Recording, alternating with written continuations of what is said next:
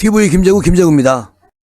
오늘 윤석열 후보가 박근혜 대통령을 존경한다, 이런 말씀을 대구에서 하셨는데, 이게 이제 오늘 참 묘한 말씀을 하셨네요, 윤석열 후보가.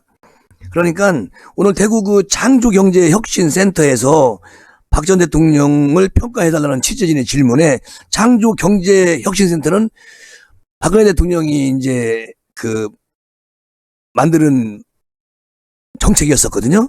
그러니까 대통령은 나라의 어려운 일들을 고독한 상태에서 누가 정답을 알려줄 수 없는 상황에서 고민하고 처리해 나가는 그런 건데, 정말 존경받을 부분이 엄청 많으신 분이다, 이런 말을 했어요, 윤석열 후보가. 그러면서 보수 야권에서는 박 전 대통령의 사면 요구가 끊이지 않고 있다. 그리고 여기에 대해서 입장을 또 물어봅니다, 기자가. 그러니까 윤석열 후보가 국민이 전직 대통령의 장기 구금에 대해서 안타까워하고 있기 때문에 현직 대통령이 그 점을 판단을 해가지고 사면하는 것이 옳다고 본다, 뭐 이런 말씀도 하셨고요. 또 특히 윤석열 총장은 박근혜 전 대통령이 공무원 연금 제도를 손본 것을 거론하면서 뭐라고 얘기하느냐, 박근혜 대통령도 그런 것을 보면 참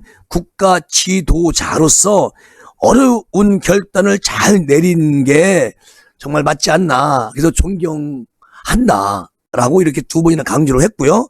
그리고 2016년에 윤석열 총장이 국정농단 사건 당시에 특검의 수사팀장을 맡아서 수사를 했던 과거에 비춰보면 정말 매우 전향적인 그런 평가를 볼 수 있지 않나, 이렇게 이제 모든 언론들이 얘기를 하고 있는데, 저도 윤석열 총장이 그런 것을 염두에 두고 대구에 내려갔다라는 생각이 들고요. 당연히 대구에 내려가면 대구 시민들이나 언론에서 이거 물어보는 건 당연한 거잖아, 질문하는 것이.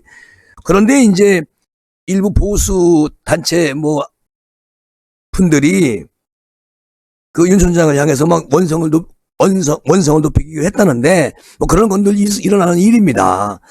윤 총장이 과거에 내가 처리한 일은, 그러니까 검사로서 그 숙명에 속하는 문제이기도 하지만, 사실상 그 상황에서는 제가 뭐라고 말씀드리기는 참 곤란하고, 어쨌든 이제 시간이 얘기해 줄 것이고, 또 뒤에 이제 또 많은 시간을 가지고 또 말씀드릴 부분이 있다라고 이렇게 여운을 남깁니다. 그러면서 박근혜 전 대통령을 아끼고 또 애정을 가지고 아주 강력히 지지하시는 분들이 많다, 대한민국에. 정말 안타까운 마음을 가지신 분들, 거기서 빚어지는 나 윤석열에 대한 말도 다 일리가 있다고 본다. 나를 그렇게 반격하고 나쁘다, 이런 말을 하는 것도 다 일리가 있다고 나는 생각을 합니다.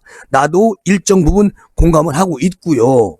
제가 정치를 하려고 이렇게 뛰어들어 보니까 정말 박근혜 대통령의 그 심정을 이제 이렇게 알 것 같다, 이런 말을 하거든요. 그러니까 아마도 박근혜 대통령 대구에 가서 오늘 아주 갔을 때는 분명히 질문이 쏟아질 것이다, 거기까지 준비를 하고 내려가셨는데, 오늘 인터뷰에서 윤석열 전 총장이 얘기한 부분을 맥락을 쭉 보면 결론적으로 박근혜 대통령을 아끼고 정말 존경한다는 말이거든요.